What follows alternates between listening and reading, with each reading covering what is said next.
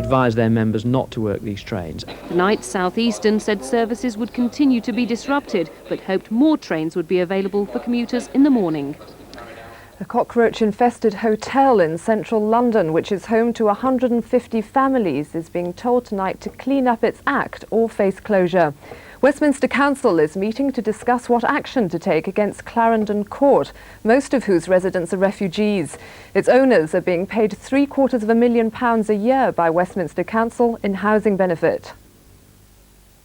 Cockroaches infest every part of the Clarendon Court, which has been described as unfit for human habitation by several environmental health consultants.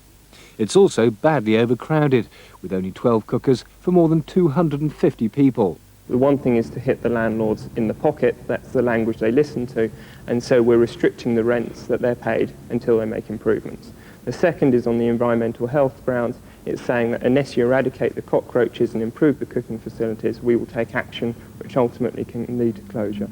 The hotel management has declined to be interviewed, but has said it would try to comply with Westminster's notices. But Labour councillors say the council's acting too slowly. Thanks to the nagging and indeed to the publicity they've had, they are at least beginning to take it seriously as an issue. But although there's some tough talk going on, we haven't yet seen any real hard action, and indeed all of the families are still living there in the same conditions. The authorities worried that residents could be evicted and made homeless if it acts too tough. Councillors meet tonight to discuss the Clarendon Court and the action to be taken. And that's it. Now let's take a look at the weather with Michael Fish. Good evening. Some really nasty weather around in many parts of the country at the moment as a battle takes place between those bitterly cold easterly winds and the somewhat milder ones trying to come up from the south. A couple of swirls of low pressure on the satellite picture. Spain also got a lot of rain once again today, and just recently they've had almost up to 6 inches of rain. But the very cold weather, below freezing temperatures, not very far away, and with those easterly winds persisting, it looks as if it's going to get colder and colder across the British Isles, at least during the course of the next couple of days. Now we have a lot of rain around at the moment. It isn't all rain. In fact, in places it's sleet, snow or even freezing rain, and more particularly southwest England, southeast Wales and the Cotswolds. That's where there could well be some nasty driving conditions during the course of the next few hours. Now that band of rain, sleet and snow with its attendant ice and nasty road conditions will creep northwards during the rest of the night, so some snow to come over the Welsh mountains, parts of the Peak District. I think the southeastern core of the country and near the south coast though, keeping rain and some wintry showers beginning to feed onto the eastern parts of both Scotland and northeast England. With a bit of shelter, northwestern areas will have some frost tonight, broken cloud there, and temperatures, well, hovering around freezing further south, that is away from the south coast. Tomorrow many parts start off grey and quite raw and damp with outbreaks of rain, sleet and snow. Most of it in the more central and southern areas will tend to die away, allowing perhaps a little bit of brightness later on in the day. On the other hand, it'll push in towards Northern Ireland. If you want some bright weather, it's the far northwest of Scotland yet again, because eastern Scotland and northeast England will also remain fairly cloudy and continue to have some sleet or snow showers from time to time. Quite a bit of wind across most parts. You'll notice the wind for a time, at least in the south, comes in from the southeast off the English Channel, so not quite so cold there to begin with, but eventually the bitterly cold winds come back, and it's going to be a raw day, I think, just about everywhere. And as for the following few days, well, some snow showers coming in tomorrow night and snow showers in many eastern and southern parts in the next 2 days.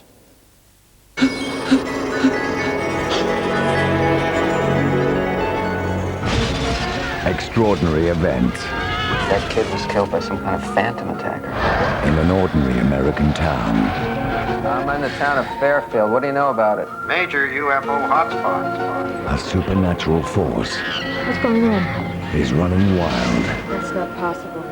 There is an invisible elephant. The X-Files continues on BBC1 in half an hour. Bye-bye. She's off doing what she loves doing best. Talking shop. And it was fabulous. Talking babes. Can I be your body double today? Is this getting too intimate? And talking extravagance. Can I see your shoes? Oh, it would make my life. Ruby Wax meets Imelda Marcos, kicking off the new series on Sunday night at 9:55 on BBC1. Not so much a shoe fetish as a neighbour fixation now on BBC1. It has to be men behaving badly.